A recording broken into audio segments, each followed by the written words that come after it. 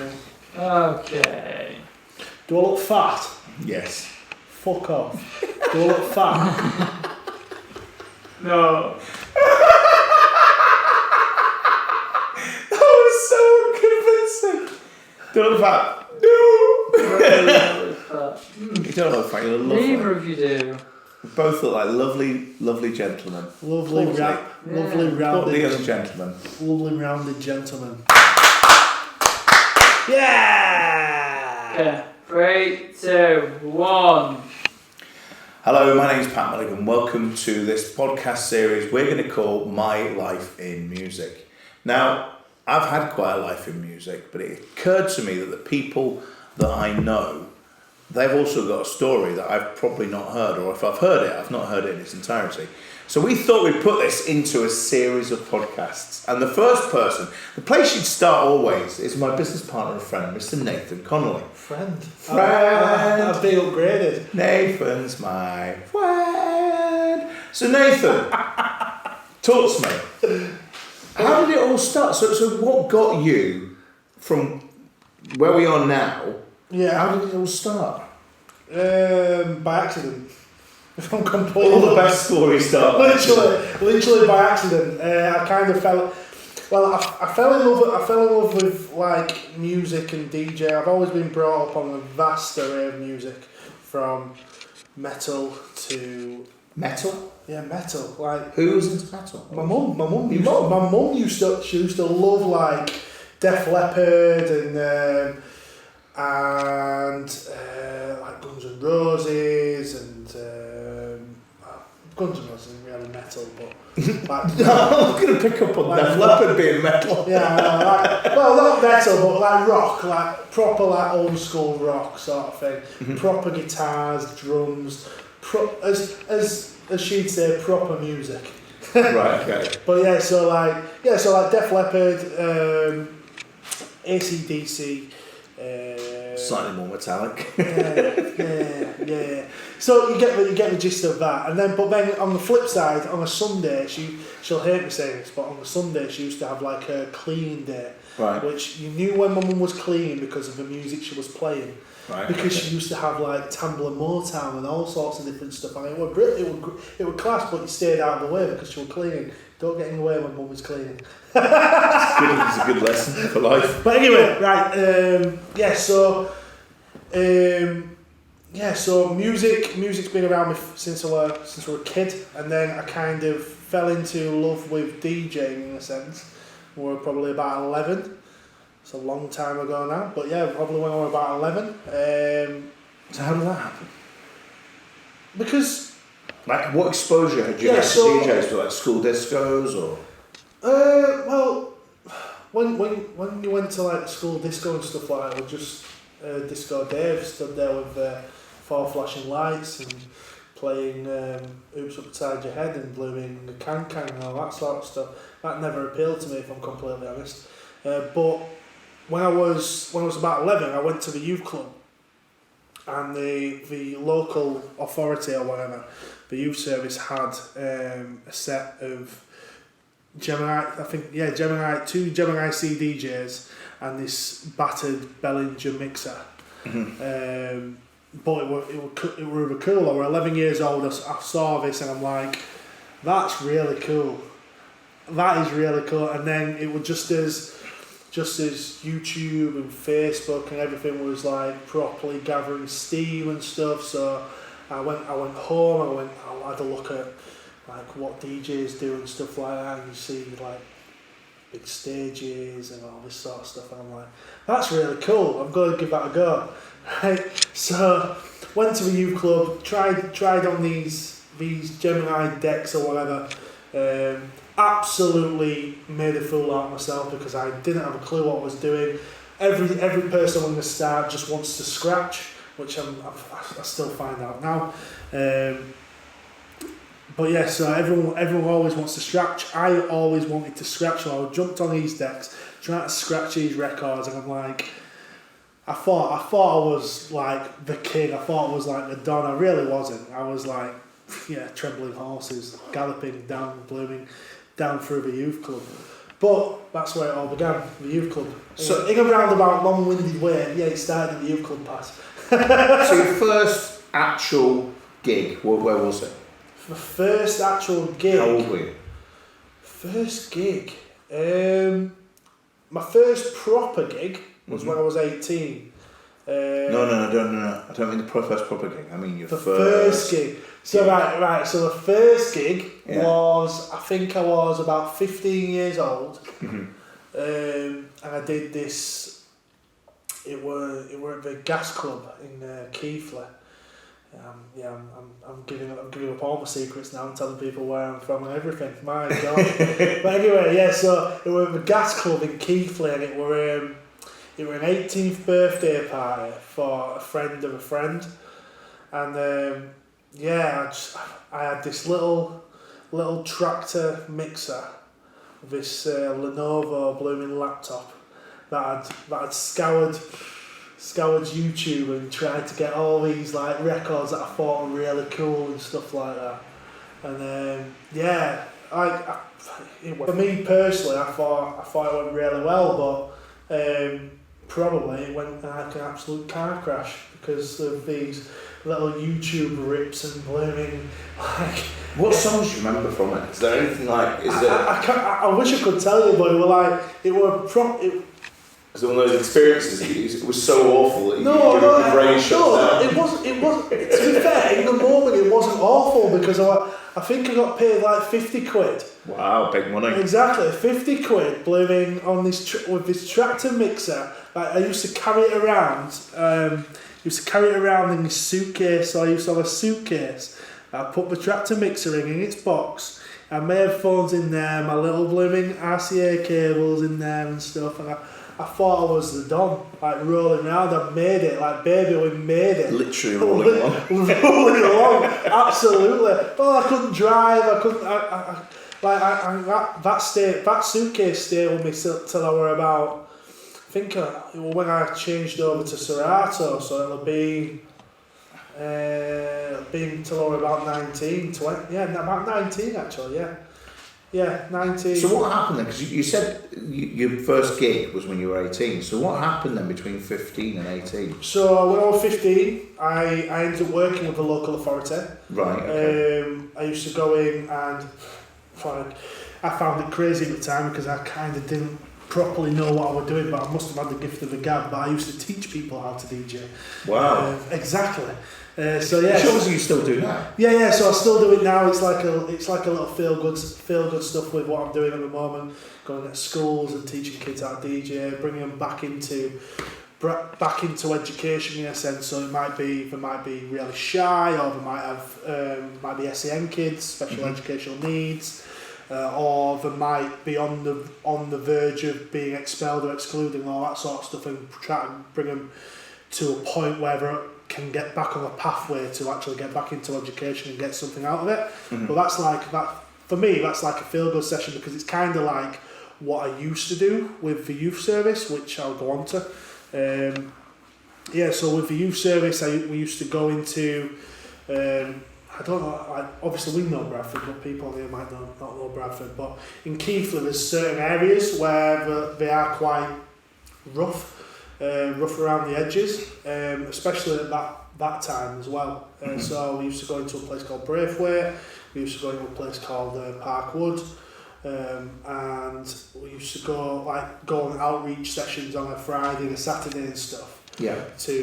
And put on different activities and things to basically get the kids in the youth club to stop them causing trouble and making a mess of themselves. You know what I mean? So. And I was still 15. I did that for a good couple of years, to be fair. So I did it from like 15 to like 17.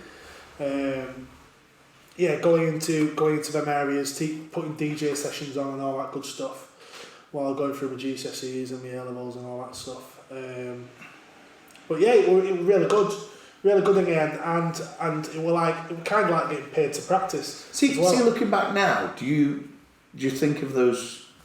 Because obviously there's lots of these things happen with local authorities and they kind of fall a bit flat sometimes, and it's a bit twee, and let's see if the kids want to do a bit of DJing kind of thing. But actually, do you feel that it was beneficial in the sense that there were kids who were actually inspired to move on with DJing or into music, or to inspire them to actually do something at school to kind of stick in education? Yeah, maybe. Like, so with the DJing side, it wasn't a case of them coming and just DJing stuff like that. A lot of kids up there in them areas are wanting to like learn how to rap and MC and all that sort of stuff, because that was big at that time. It still is. Mm-hmm. It's never been my kettle of fish, but if it's going to bring them in, then it's going to bring them in. But yeah, it was just a case of, how do I say it? Yeah, it was definitely beneficial. It was definitely beneficial. Actually, there was a young kid who I actually saw him quite recently. He's not a young kid anymore, obviously, but I saw him quite recently, and it was like, because obviously we move on with his lives and all that sort of stuff. He's working in some manufacturing place or whatever. He tapped me and he was like, "Nathan." I'm like, "Hi, you okay?" Like, bless him, I didn't have a clue who he was.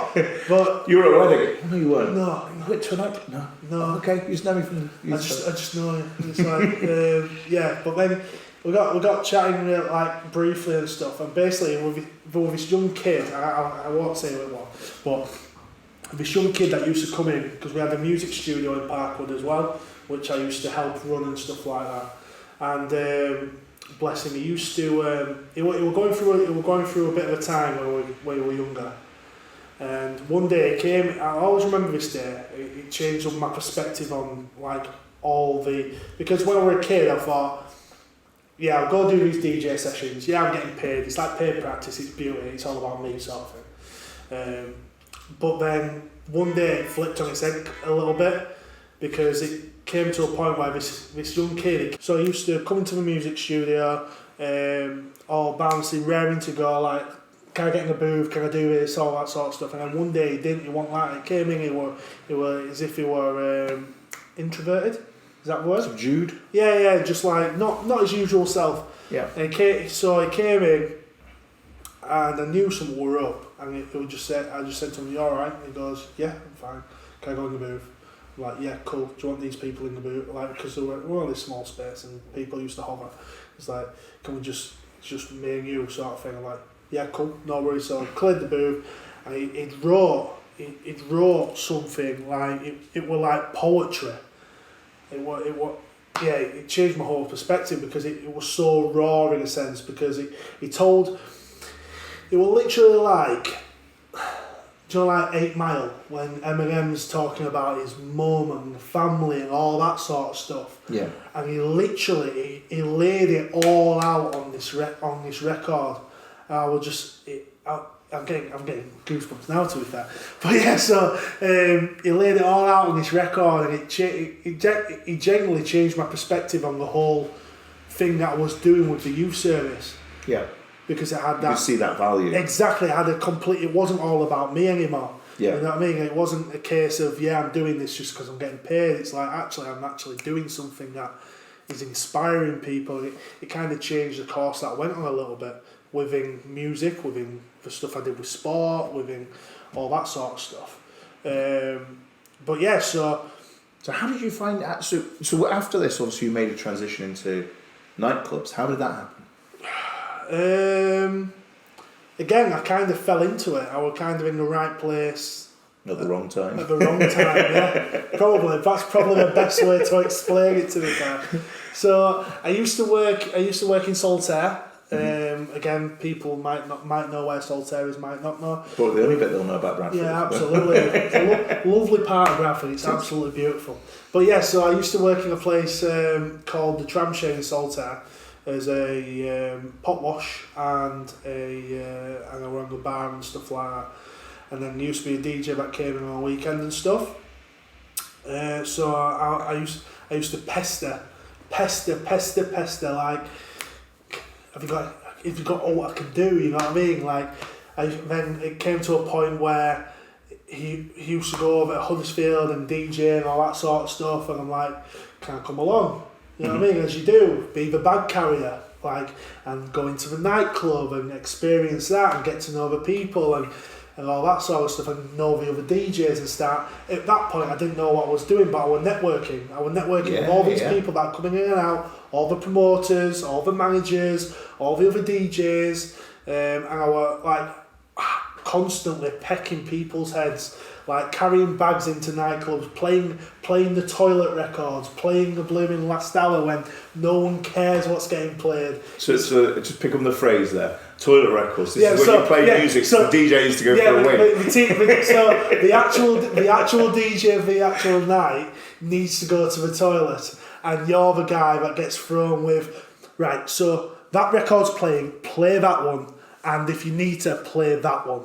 And then they run away. And then they run away. Half an hour later when you're like properly like fishing either. At this point there was one DJ that still used CD, so I'm like going through this blooming CD catalogue like, yeah, I know that one, but it's never labelled. They're never labelled up as they're supposed to be. So you're flicking through and you're like, what am I meant to do here? It's funny because even now, when we were on vinyl and everything was sort of handwritten on with a lot of white labels, you'd write things and you wouldn't do it to be funny. You know what that record... You knew what it was, exactly that. So you'd maybe write what key it was in, and you'd maybe write the artist's name on it or something, or just the lyric that you knew because you hadn't actually seen what the song was called, but you liked it. Yeah. And you'd write these kind of notes on it.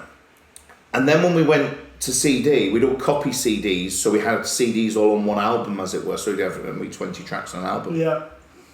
So you knew where they were, so you go, oh yeah, it's track 5, number 6, blah, blah, blah. You bang it in, but heaven help anyone that tried to cover you. And I know I'm guilty of this now with digital DJs. It's the same with digital. You go behind someone else's set of decks or someone else's record box or Serato or whatever. Like I still have it. I have crates where they have like 10 records in, but I know that if I'm in the weeds, I can go to that crate. I can pick out a record and throw it in because it's a bullet record. But who's going to know that? Because I think the crate's called something like WQ whatever. It's just like a gobbledygook because I made it on the fly.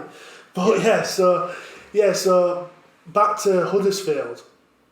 I still love Huddersfield. I love that's where it all kind of began in the nightclub thing. Anyway, I was the bag carrier, the toilet record player, the last half hour player, and then I got offered a Wednesday. I got offered the student night in the second room. I'm like, where was this? What venue was this? Tokyo in Huddersfield, the glorious Tokyo Huddersfield. I got offered the second room on a Wednesday, which I jumped at. Yeah. At this point, I still didn't drive, so I was taking my my suitcase. I was taking my suitcase over to Huddersfield every Wednesday. Get on 2 trains and then then wait in Huddersfield for the first train back into Leeds. Wow, what time was that then? Well, to be fair, I was lucky because it were on the Manchester Airport line. Of course, yeah. So it were an early train, and then I wait in Leeds and get the first train back to Keighley. And then get a taxi home. So, but that's what you did. That's what you did. Someone gave you an opportunity, and you kind of jumped at it. You know. You had to, yeah.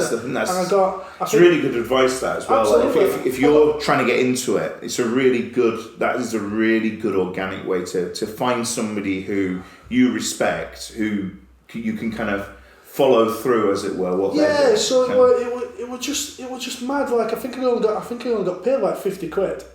Got paid 50 quid on a Wednesday.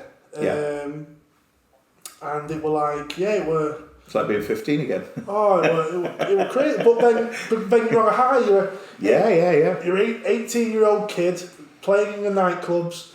Like, people are asking what you're doing, what you're doing now and stuff like from school. I'm DJing and stuff like. It's like their head cuts, like just goes to Carl Cox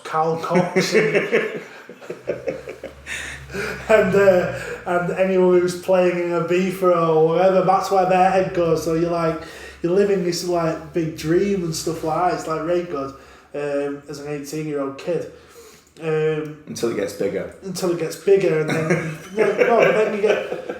But then it kind of caught traction from there, sort of thing, because obviously you do your 50 quid gig, and you keep putting out stuff on social, stuff like always posting positive things, always making sure that the photos that you're posting are the photos that the photographer was taking at the nightclub, or that when you're in that area you're always portraying a positive image. Yeah. So every time I was in Huddersfield, like you're really consciously thinking about who you're speaking to, what you're speaking about, all that good stuff, who you're networking with. Yeah. And the same when you go into Manchester or the bigger cities and stuff, because you never know who you stood in front of. No. And I've not been caught out, but I would have been caught out if I wasn't always trying to portray this. Portray a positive image. Yeah. You know what I mean? With when it comes to nightclubs and things, because I've been stood in front of some very important people in the sector, and it kind of worked in my favour, because I ended up like being asked to go down to Sheffield and do gigs down there, and building up a network of DJs and which are now friends that were pushing my name out there to cover gigs and stuff. Some really close friends now, but obviously, yeah. And then it kind of just grew and spiraled, and I ended up going from one Wednesday night to. So what was the peak? What would you regard as the peak from the nightclub side? The peak, in what sense? What sort of venues were you playing at? Where were you kind of working? How busy was it? Oh, the peak. The most fun I had at an event, I have to say it. It were Quidsing in Leeds. Has to be Quidsing in Leeds. Oh, okay. At Prism in Leeds. Like, I pestered. I pecked the heads of the DJs for years and years and years. And it came to fruition. Like, it were really good, it were really cool, and I met some amazing people, and I'm still around them amazing people as well. Obviously, you know what nightclubs are like. Can be challenging. You meet some great people. You meet some challenging people as well. But it's how you deal with that. But yeah, that was my favourite gig. That was my favourite gig. Even when I was in the little tiki bar, just because I was, how old was I? It was pre-COVID. I would be in early 20s when we were around that sort of crowd. Yeah. And they were all sort of my age, so obviously loads of students coming in. You're the DJ, even if you're in the fourth tier room. I got put in the fourth tier room that we were only supposed to open for freshers as an overflow room. So literally, as you came up the stairs, you walk into this room.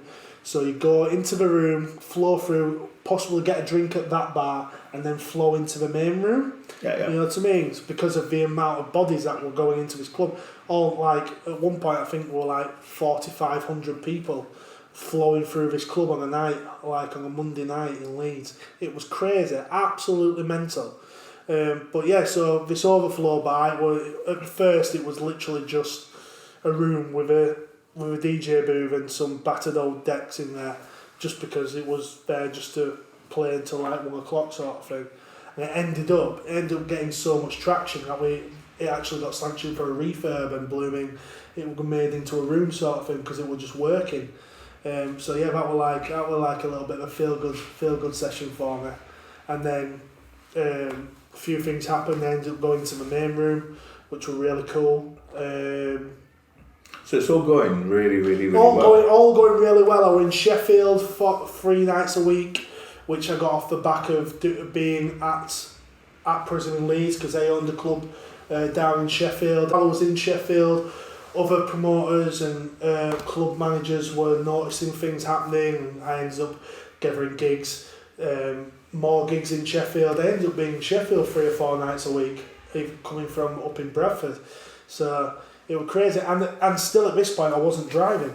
So it was a case of going down on trains and getting lifts here and there. And when I finished on a Saturday night, I would get on a coach with another gig. It was a coach up to Leeds and then up to Bradford and then a taxi home.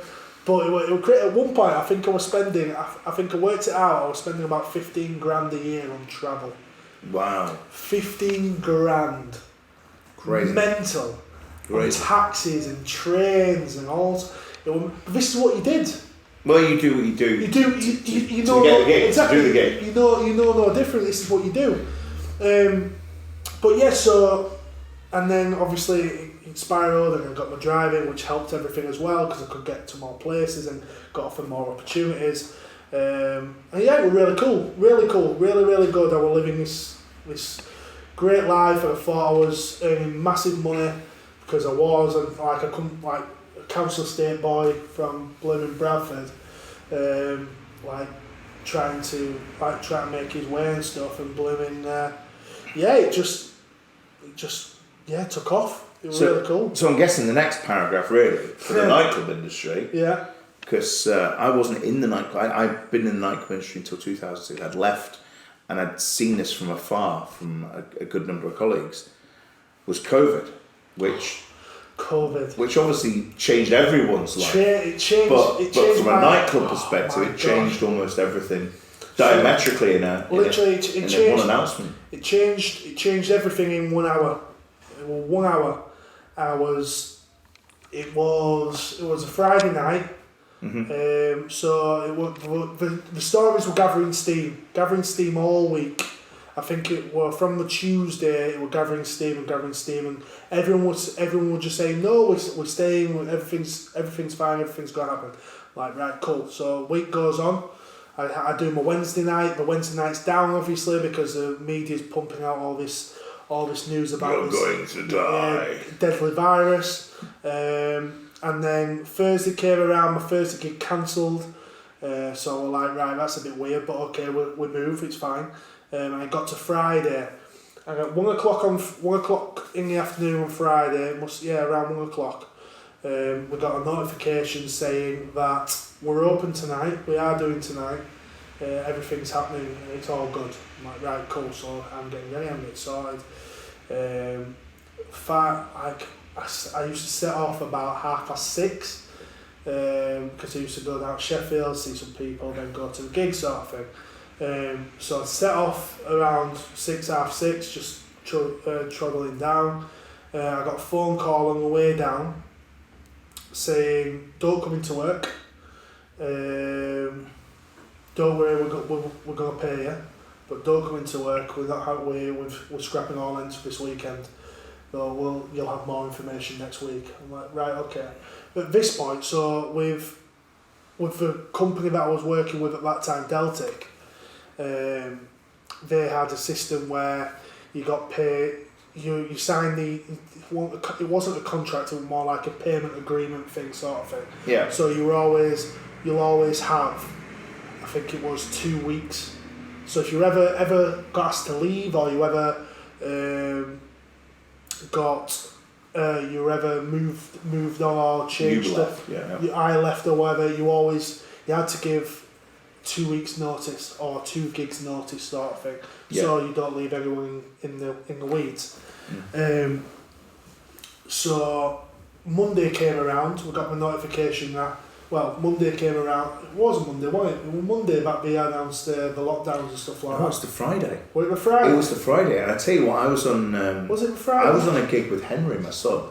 Yes. And, that was it. Because I got home and it was on the blooming telly. It was on the blooming telly. We travelled to Cheshire, and the announcement was made on the radio as we were driving, and we were like, what are we doing? What do we do? Do we go to the gig? Do we not go to the gig? We got to the gig and everyone was crying, the bride and groom were crying, and we were like, well, actually these people have been together all day long. The only 2 new people are us, and we're already here. Yeah. So what's going to change? Nothing. So we actually just sort of went ahead. Yeah. But it was a very weird feeling. It was such a weird time. It felt very final. It felt like it was the end. It felt like it was the end. Yeah, like honestly, of people mixing. That properly, it properly changed. It changed everything. Changed absolutely everything. Because I know you were pecking my head for years and years and years, trying to say, "Come here." Well, it wasn't so much picking your head. Well, it was, but it was a few people where. It was a case of like I used to say, "Come and do some weddings," and I'm like, "No, it's all come on Eileen and Sweet Caroline, and I'm not doing that. That's not me. No, you're good." But then I did one. And it's not, and that's your thing, isn't it? I mean, in fairness, there were a few people who, like yourself, similar sort of skill sets to yourself, who were really good at what they did. And at the time, I was working for the company you now partially work for, DFC, and we were constantly looking for new talent because the business was growing and growing and growing, and rightfully so. And it's that thing of actually, by recruiting, I'm helping other people here because the sector was already changing. I personally think the nightclub sector started changing. I've been in it for a very long time. I think it started changing around about 2000, around the millennium, when we got a bit greedy as a business, and people just didn't need to go out that night. Every other year, building up to that, people of that sort of 18, 25 age group, they had to go to a nightclub on New Year's Eve and Christmas Eve. For that matter, Christmas Eve's not even a thing anymore. People didn't go out on Christmas Eve anymore. No. And in Wigan, which is even weirder, Boxing Day. They used to go on Boxing Day. But Boxing Day's huge. Yeah, they get dressed up and everything. Yeah, Boxing Day is always huge. Where? In Leeds? Everywhere. No. Honestly, wait till you see Wigan on. But it's crazy. It's like a different world. They do fancy dress. Yeah. But it's like fancy dress and then some. I mean, it's mega. It's a sight to behold. So, yeah, I think everything changed anyway, and I think COVID, in a way, put a bit of a nail in the coffin. Not necessarily nailed it shut, but certainly put another nail in the coffin where you're like, okay, smoking ban, a change in licensing laws. You see, that's pre me, is that? Yeah. I'll take it on the timeline, right? It would be like education, right? So I think we started where, as I say, the millennium, we got a bit greedy. Then we had the change in the smoking ban. So the smoking ban came in, people had to smoke outside. 2006, wasn't it? Something like Yeah, but people were all, up until that point, were smoking indoors quite happily. And then putting their cigarette on the floor. The floors, all the carpets, had to be woolen, so it put the flames out. Then it was the change in licensing law, the devolution of Section 77A. And when that changed and the pubs could stay open as late as they wanted to, that was the next thing. And then the final nail in the coffin is, one of the final nails is the change in people's dating behaviours. So a lot of my bride and grooms now, because I'm in the wedding industry, have met on Tinder. Yeah. Which, for my generation, is a bit like, that's something you keep secret.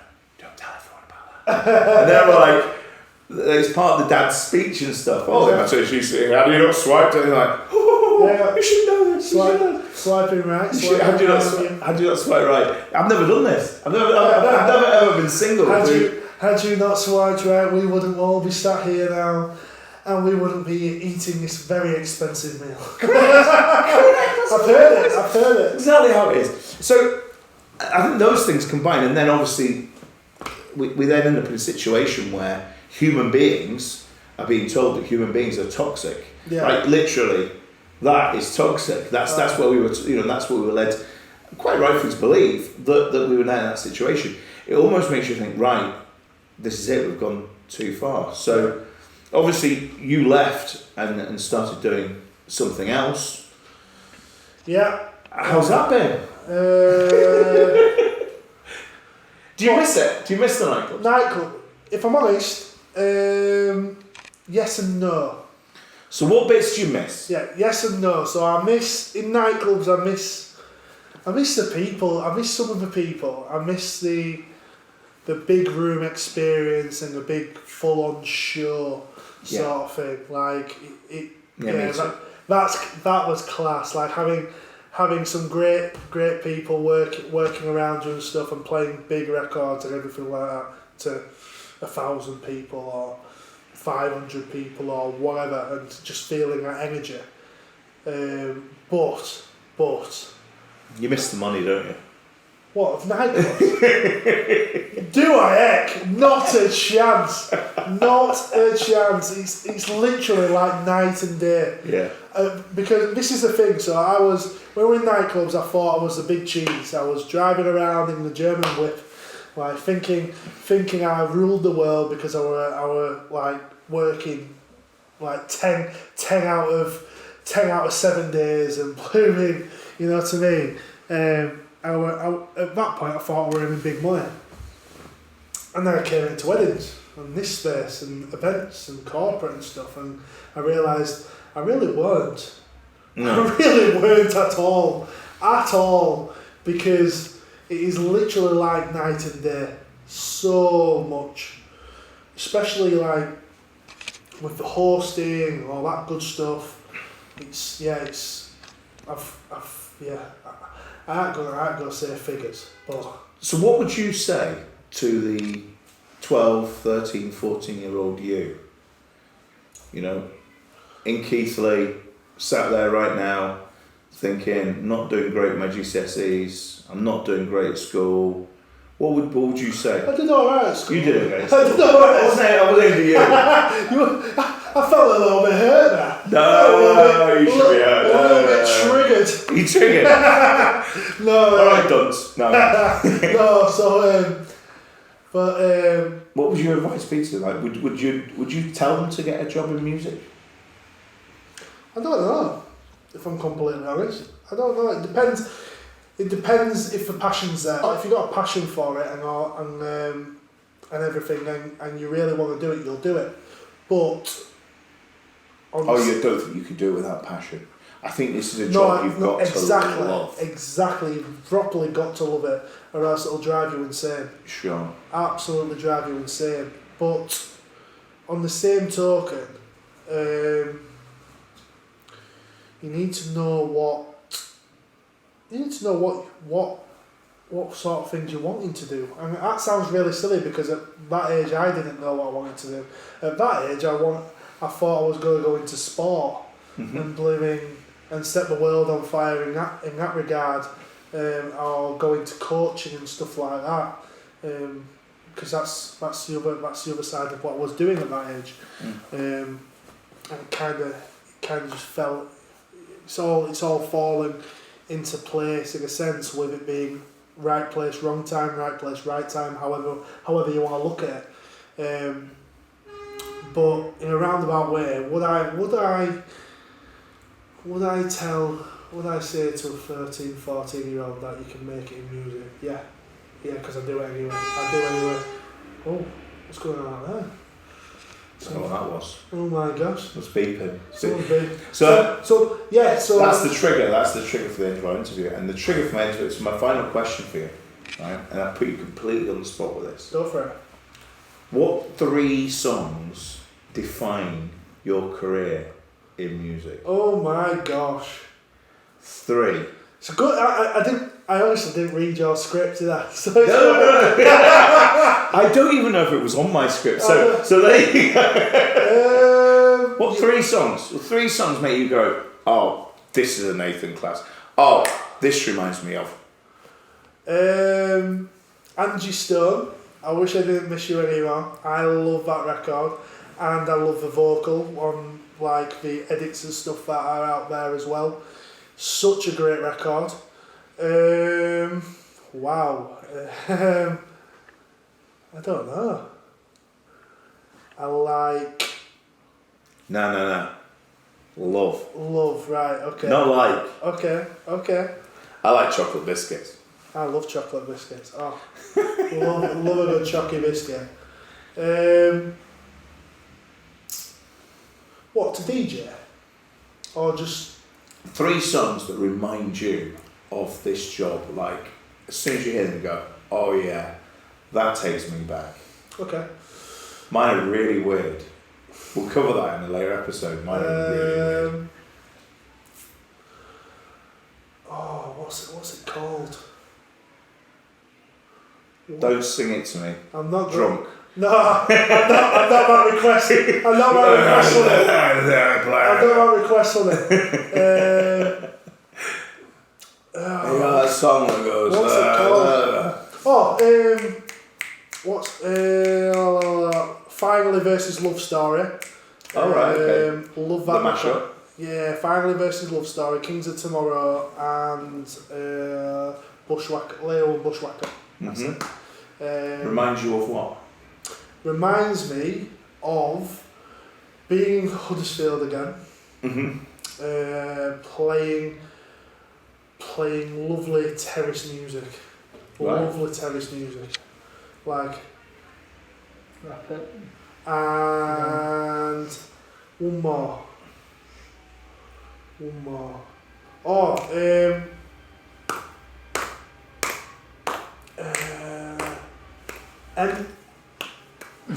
MD Express, what is it? God Made Me Funky. God made me funky. God Made Me Funky. Is it MD Express, I think? Is it? I only know the song. So it's Summer Express, but God Made Me Funky. I love that record. It's such a great record. Just catch it. It like when Again, what is it? Match up? Huddersfield, like it used to get played all the time.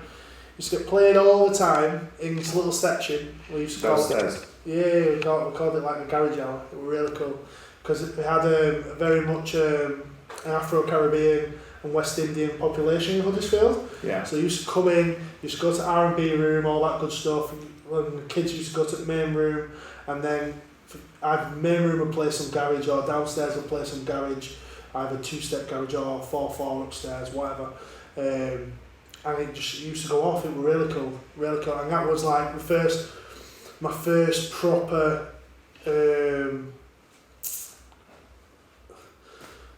interaction with garage in Huddersfield. And then obviously going further afield, like I played in Birmingham and Manchester in certain places, and it's like it worked. You hear like different tendencies in different areas and stuff, with a majority black, Afro, Caribbean, or West Indian population and stuff, because then obviously then we go to reggae and dub and all that sort of stuff as well. Sub-dubbing Leeds used to be really cool. Sub-dubbing Leeds used to be really cool. Just a wall of subs. Oh, yeah.